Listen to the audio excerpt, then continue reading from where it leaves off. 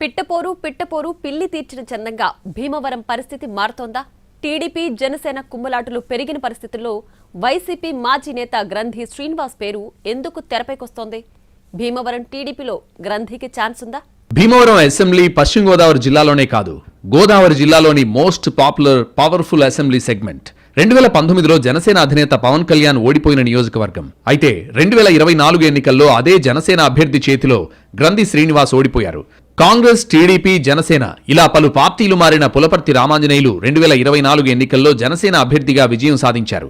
కానీ ఇప్పుడు ఆ నియోజకవర్గంలో టామ్ అండ్ జెర్రీలా టీడీపీ, జనసేన నేతలు మారిపోయారు. టీడీపీ ఇన్ఛార్జ్ తోట సీతారామలక్ష్మి వర్సెస్ పులపర్తి రామాంజనేయులుగా సీన్ మారిపోయింది. ఇటు సొంత పార్టీలోనే అసంతృప్తి ఎదుర్కొంటున్న తోట సీతారామలక్ష్మి అటు జనసేన ఎమ్మెల్యేతోనూ కోల్డ్ వార్ తప్పడం లేదు. ఈ ఇద్దరి గొడవ పరిస్థితుల్లో మూడో వ్యక్తి రంగప్రవేశం చేసే అవకాశం ఉందన్న ఊహాగానాలు వినిపిస్తున్నాయి. గ్రంథి శ్రీనివాస్ టీడీపీలోకి వచ్చే అవకాశం ఉందన్న వార్తలు భీమవరంలో హాట్ టాపిక్ గా మారింది. 2019 ఎన్నికల్లో వైసీపీ తరపున తిరుగులేని విజయాన్ని సాధించిన గ్రంథి శ్రీనివాస్ 2024 ఎన్నికల్లో ఓటమి పాలయ్యారు. అయితే పార్టీ బలంతో పాటు సొంత క్యాడర్ ఉన్న గ్రంథి శ్రీనివాస్ ప్రస్తుతానికి ఏ పార్టీలోనూ చేరకుండా న్యూట్రల్ గా ఉన్నారు.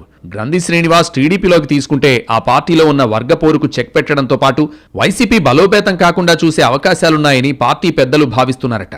అటు గ్రంథి శ్రీనివాస్ బీజేపీ లేదా టీడీపీ పార్టీలో చేరేందుకు కొంత ఆసక్తిగా ఉన్నట్టు ఆయన అనుచర వర్గం చెప్పుకొస్తోంది. పిలిచి ప్రాధాన్యత ఇచ్చే పార్టీలో తాను కొనసాగుతానంటూ గతంలో గ్రంథి శ్రీనివాస్ స్పష్టం చేశారు.